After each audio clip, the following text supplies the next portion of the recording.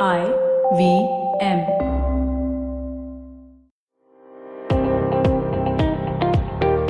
Welcome to All Things Policy, a daily podcast by the Takshashila Institution.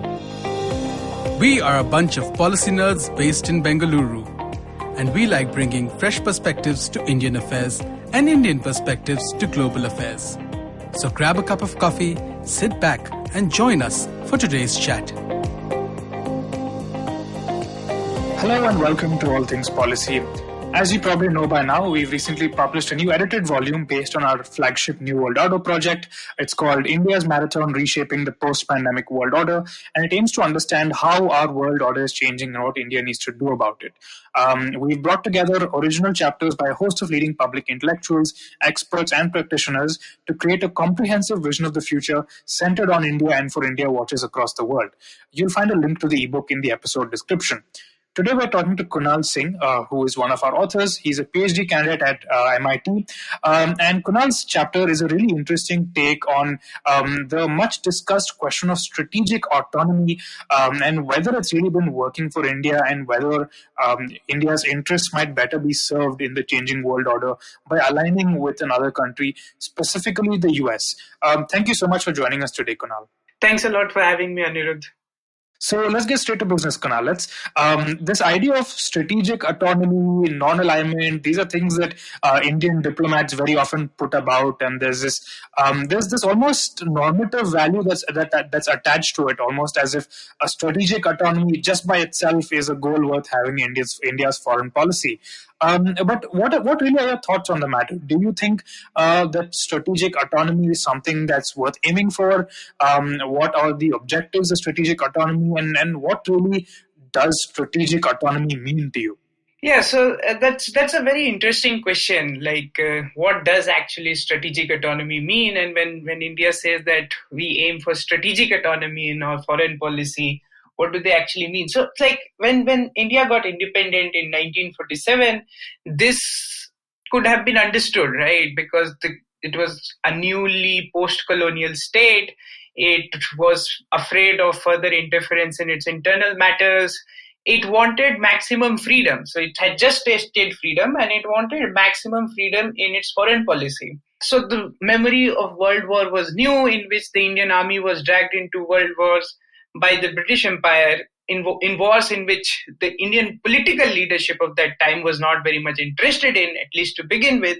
So India did not want to have such a scenario in which it again had to face similar choices, in which it had to be involved in some other country's affairs, because it just wanted maximum freedom to work for the upliftment, poverty elimination, and those sort of things. So it was pretty well understood why India opted for strategic autonomy. But over the years, this has become kind of a very rigid article of faith in which we tend to view everything through the lens of strategic autonomy. Those days, the word was not strategic autonomy, it was non-alignment. There was also two groups broadly aligned against each other, the US, led by the US and the Soviet Union. And so we wanted to be away from great power wars. So that was the thing, right? We got involved in World War I and World War II against our wishes, so we wanted to be away from those wars. So non-alignment was one safe way of it, and it also suited what, the moral priorities and the moral beliefs of the leadership of that time. So it was then understood, but over the years, even as Cold War ended, non-alignment remained. And we sometimes now use the term non-alignment, sometimes we use strategic autonomy, but after all, it has meant that we want freedom to pursue our policies without great powers interfering with us. So I think this idea has run out of its expiry date now, because India is now a much bigger power. It actually does not need to fear interference so much. It can do things that it wants, and this excess fear of being dictated to by major powers is kind of now stifling the other things that it can do. The problem, for example, is the US partnership, but I think we'll come to that in more detail. But for example, if you have a threat, against China, you can ally with the US, or not. Alliance is again a loaded word in Indian foreign policy lexicon.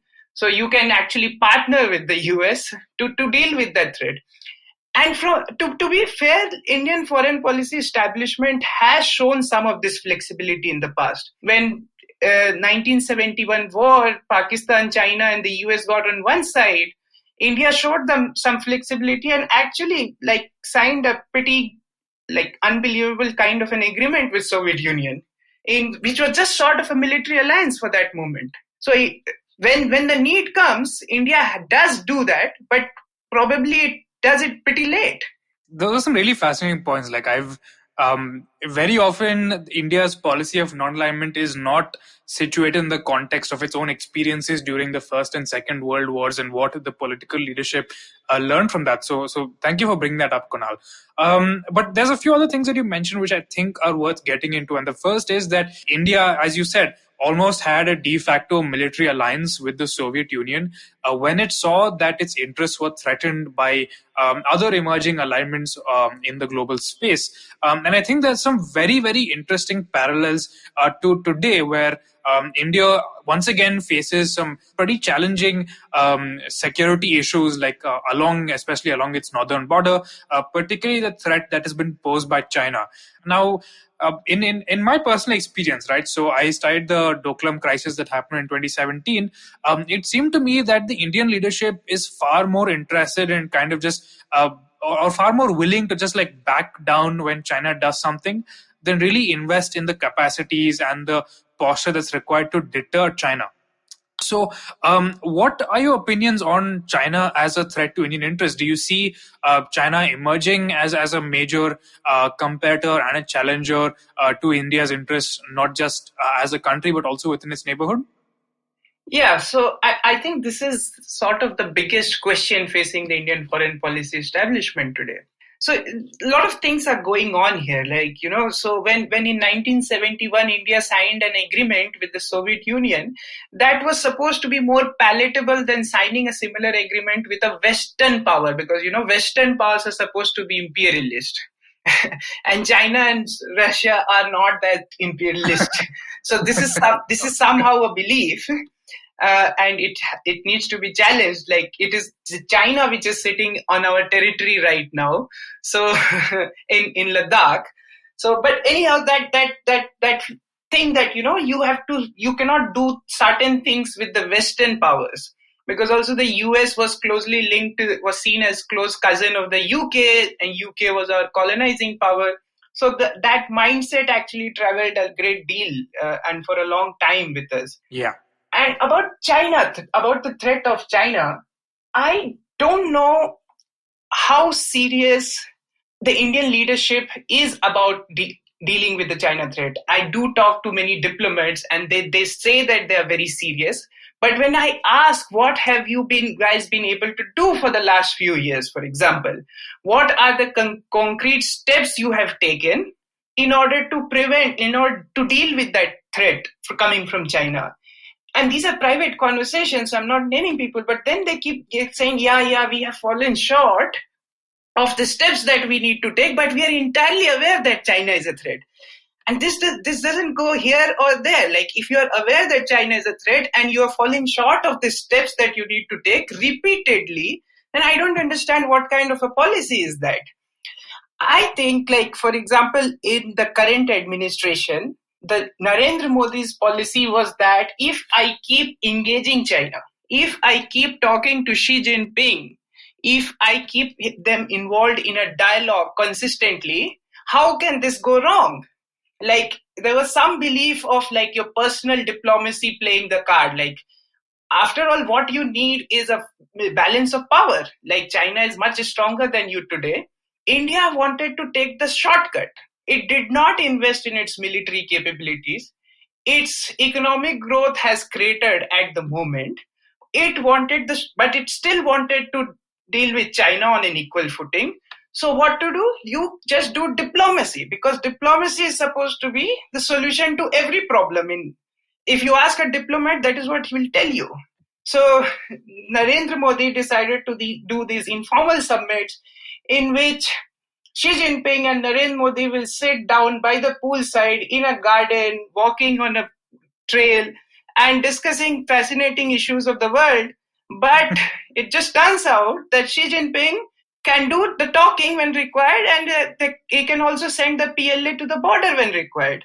So this thing that I can keep you engaged in a talk and so looks like we are so great buddies, that personal diplomacy does not work. You have to invest in your military capability. You have to invest in your economic capabilities.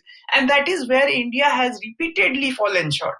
Yeah, I will say it's somewhat ironic that given that Nehru gets so much opprobrium for engaging with Chu and Lai and supposedly neglecting issues on the border, that our modern political leadership somehow escapes the consequences for apparently doing exactly the same thing. And it's also kind of strange to see how they seem to have learned very carefully from Theodore Roosevelt, but have only learned the first half of his famous quote, right? Speak softly, but they seem to have forgotten to bring the big stick to discussions. Which, of course, I think brings us to the big issue, the big argument that you have made in your chapter, which is that India should be aligning with the US. Now, we'll get into the specific details of your reasoning behind that in a little bit.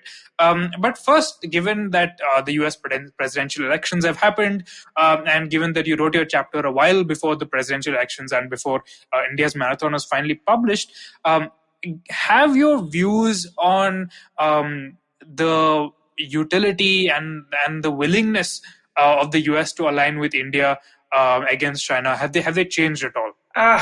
Yeah, so this is again a very good question, because it's right now being discussed widely in both the capitals and other cities wherever India, US, China watchers are present. Like what would be the fate of India-US relationship under a new US administration led by Joe Biden? So I think things would be broadly fine. Things would be broadly on track.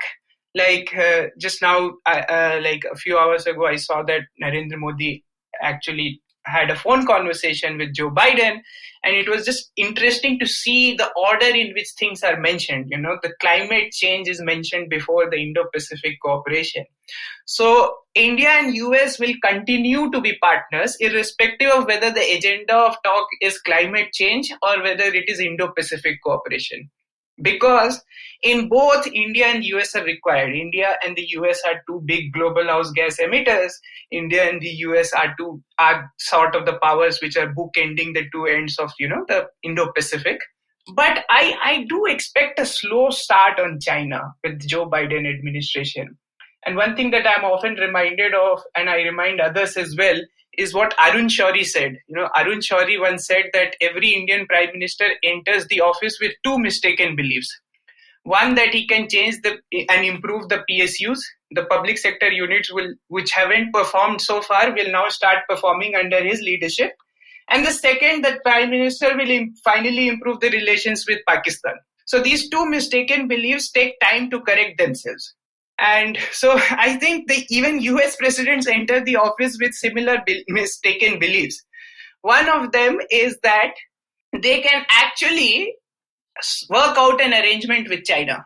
Every US president thinks, and even Donald Trump initially, and people tend to forget it because much of his latest steps were very radical in terms of, trade tariffs and everything.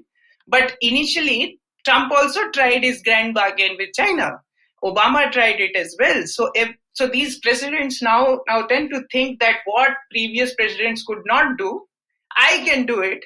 So this is ever present. So I think Joe Biden will also try to have a bargain with China, and climate change offers such a platform, because China is again a very big emitter of greenhouse gases.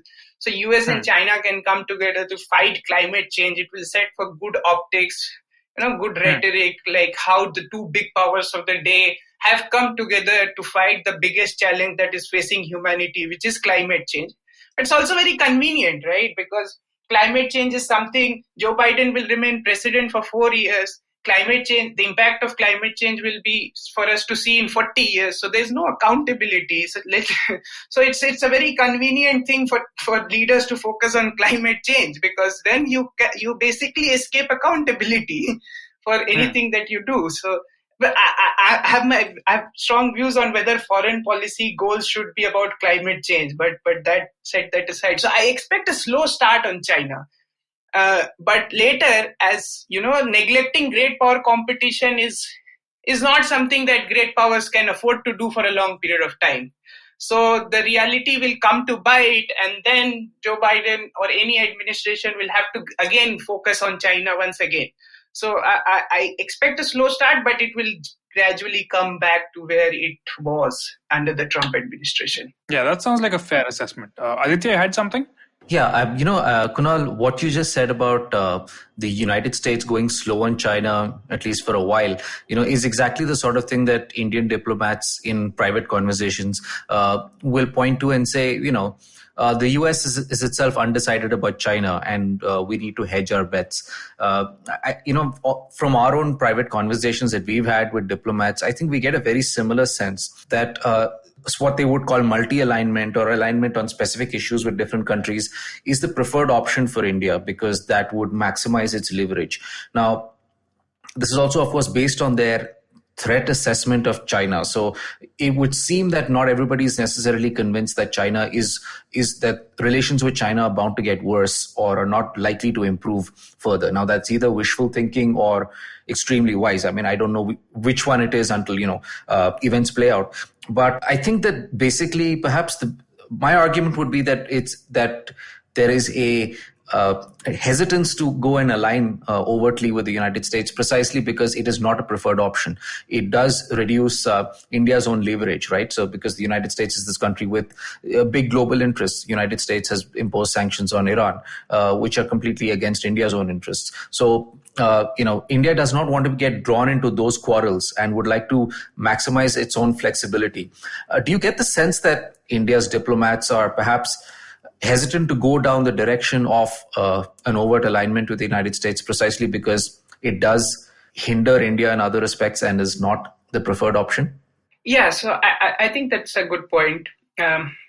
So let me start by saying that when I say slow start, it doesn't mean that Joe Biden is unaware, or people in his administration would not be aware that China is likely to be a great geopolitical threat. I think Joe Biden or people in the administration are very much aware of that. It's just that they believe that they can try an arrangement, like they can try a grand bargain, and if it fails, they'll try another path. However, having said that, if you read, it's like Joe Biden wrote a number of op-eds around the time of elections. And if you read the policy documents coming out and the op-eds, for all what I'm saying that Joe Biden's will be a slow start on China, the language on China is still harsher than anything that the Ministry of External Affairs puts out on China. The Ministry of External Affairs does not say anything about China. So I don't understand we say, our diplomats say we are hedging because the US is undecided, but are we decided? Have we decided that China is at our borders? China is a much bigger power than us.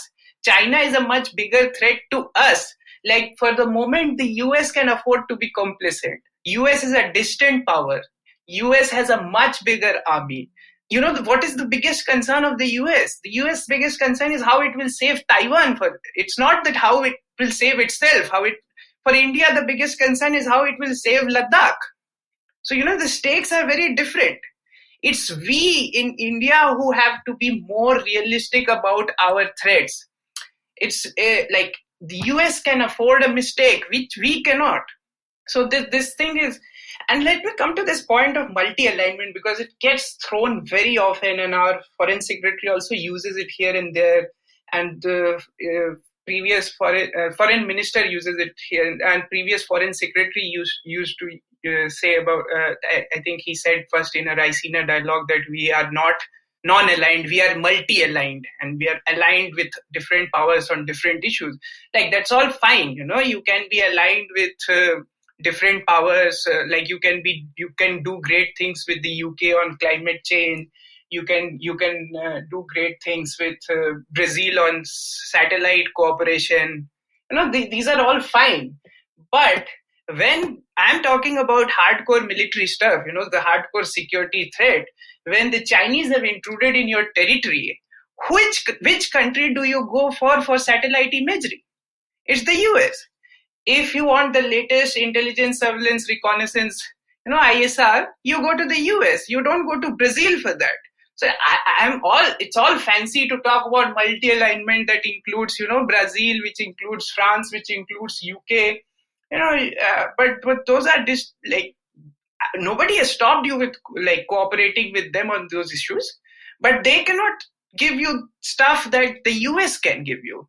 If a Chinese submarine is entering into the Indian Ocean, your best bet is that a US would be able to tell you, because of its own sensors in the South China Sea, of where the submarine is and which submarine has entered the Indian Ocean. It's not Brazil or Japan will tell you. Japan might tell you, but only at the instance of US again. So we need to be very realistic about which partner will give us what. It's not like multi-alignment tends to show an image where there are multiple partners to align with and every partner is bringing something to the table.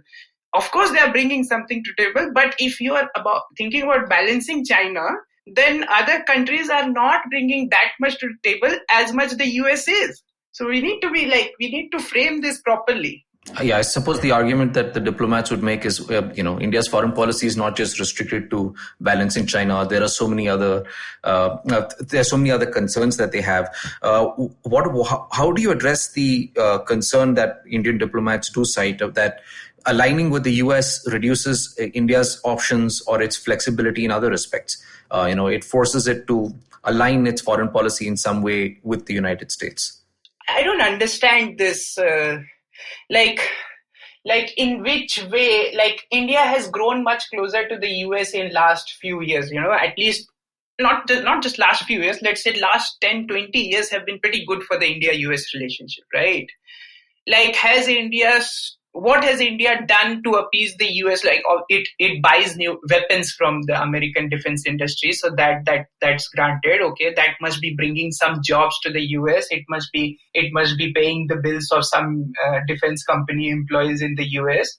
So that's one, but it's not doing a favor. No, these weapons are first class weapons, so it buys them. When it does not like those weapons, it buys from somewhere else, from Israel, from France, from somewhere else. So I don't understand where, India still votes against Israel in the UN General Assembly. India takes independent stance on some dispute between Mauritius and the UK, which again the US does not like India's stance in those disputes. So I don't understand, in the last 10, 15 years, if our relations with the US have converged so much, where has India had to compromise its strategic autonomy to such a great extent that, okay, things like heavens are falling? I haven't seen this play out. The threat to India's foreign policy does not come from the US today. It comes from China. It is the Chinese which have stopped India from getting into the nuclear suppliers group. The US has tried its best to get us there. The US advocates for India's entry into United Nations Security Council. It's the Chinese which have stopped that. The US has saved us in the United Nations in multiple Security Council resolutions, which Pakistan and China bring up. And then it's the US which has got Masood Azhar blacklisted in the United Nations. The Chinese have tried their best to save Masood Azhar. The Chinese which act against India in the FATF negotiations, sanctions on Pakistan. So it's just strange for me to see that people still argue that US has a negative influence on Indian foreign policy, when we can clearly see that it's regularly and consistently the Chinese which have throttled Indian interests at multiple fora, repeatedly, one after again. So this difference cannot be starker. That's a very lucid summary, Kunal, and it is kind of interesting to see just how this issue is framed when it's China that India can't comment on for fear of some kind of massive diplomatic backlash or a potential infringement upon its boundaries. The US is still held up to be the kind of limiting factor in our foreign policy. So, like all in all, you've made like a pretty good case for why India and the US should align, not just in this podcast but also in your chapter. But can you tell us a little bit about how you see a new India-US partnership kind of unfolding over the coming decades? Do you see a military alliance emerging? Do you see a deeper economic partnership, more on the lines of what we've seen before? How do you think that this should be playing out? So in the last 4 years of Trump administration, the economic partnership took somewhat of a hit with the US. I think he was not very happy with the trade surplus that India has with the US, and then the immigration issues, and there were a number of friction points on the economics and climate change, immigration issues. But the partnership really skyrocketed in the military domains. The new agreements were signed. The foundational agreements were signed for greater military cooperation. So and now India can purchase theoretically all those weapons which were only available to top allies of the US and military domain. And then the two countries are exercising a lot more than earlier, and India also has now a tri-service exercises with the US. It does obviously this Malabar exercises which is a very very special, highly held up in terms of skills and quality and platforms involved, and it also involves both Japan and Australia now. So the number of things are happening on the security and military front. So the cooperation on intelligence sharing has really gone up. So you mentioned Doklam earlier. It was during Doklam that the US and India really shared a lot of intelligence about the position of the Chinese troops, and I'm told reliably that this continues till today and during the current crisis in Ladakh. So, but where is it going? So I think with Joe Biden's arrival, the economic partnership can again get somewhat of a boost. So while the China angle might get a slow start, you will have other frictions resolved, like the trade surplus issue, like the immigration issue. So those issues might get resolved, and people don't often talk about it. So that's also, so that if there is some negative, there's also positive. But where does it go the route of military alliance? To say the alliance is a very taboo word in Indian foreign policy. So I don't think even if India signs an alliance agreement with someone, it will not call it alliance. It will give it some fancy name, strategic, global, and enhanced partnership or something of that sort. It will not even call it. It will not call it alliance. Sure. So I think, but this is a question that needs to be discussed. It's not the alliance. You may or may not do alliance. That's fine. But it needs to be widely debated. Why? What are the reasons you are not doing an alliance, and what are the reasons you should do an alliance? So this needs to be widely placed.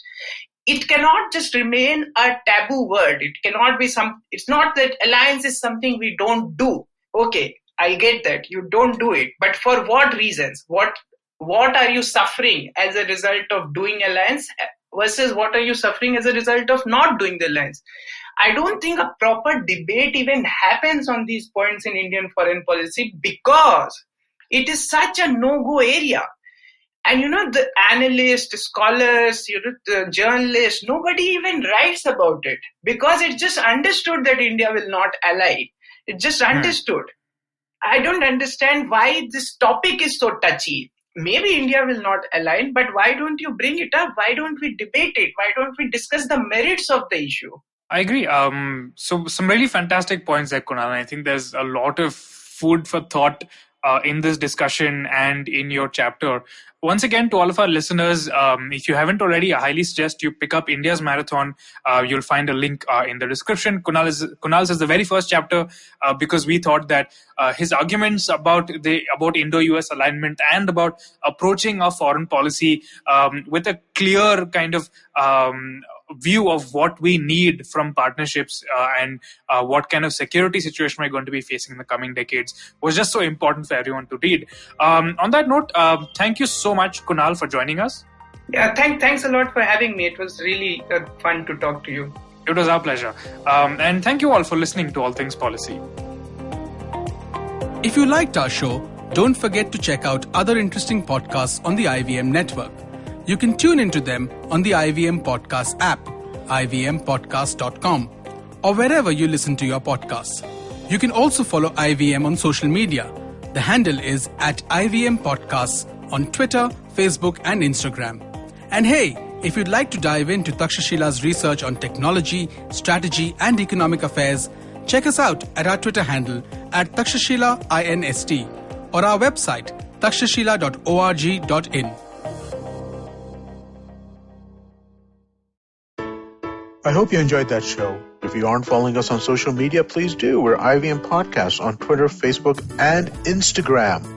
So it's been a great week on the network, as it almost always is. Let me give you a couple of highlights that you should definitely check out. Chiki Sarkar was on This Round's on Me with Gauri Devi Dayal. Great conversation. Think you will really enjoy that. Shlok Ramachandran of our new show, Millennial Athlete, who guested on one of our older shows, Football Shirtball. He's a big football fan in addition to being a professional athlete. So I think it's a really interesting connection. And they had a great conversation about football just generally. Nankari, our new show about Indian food, hosted by Sadaf and Archit, talk about laddus this week and basically, how awesome they are. It's Diwali week, and I think that's an apt conversation for them to have. On the Wire Talks podcast, Siddharth Bhatia has a great conversation with Dylan Mohan Gray about his work on Bad Boy Billionaires, specifically around the Vijay Mallya episode. Definitely check out the conversation if you want to know more about that. And finally, let me recommend the Edges and Sledges Cricket podcast this week. They take a look back at the IPL 2020. They go over the final, Delhi versus Mumbai, and how that played out. And they also create their dream IPL 2020 fantasy team. Do check that out. I think you'll enjoy that as well. And with that, I hope to see you again next week. Hi guys, this is Ayushi. And I am Ritasha. And welcome to Agla Station Adulthood.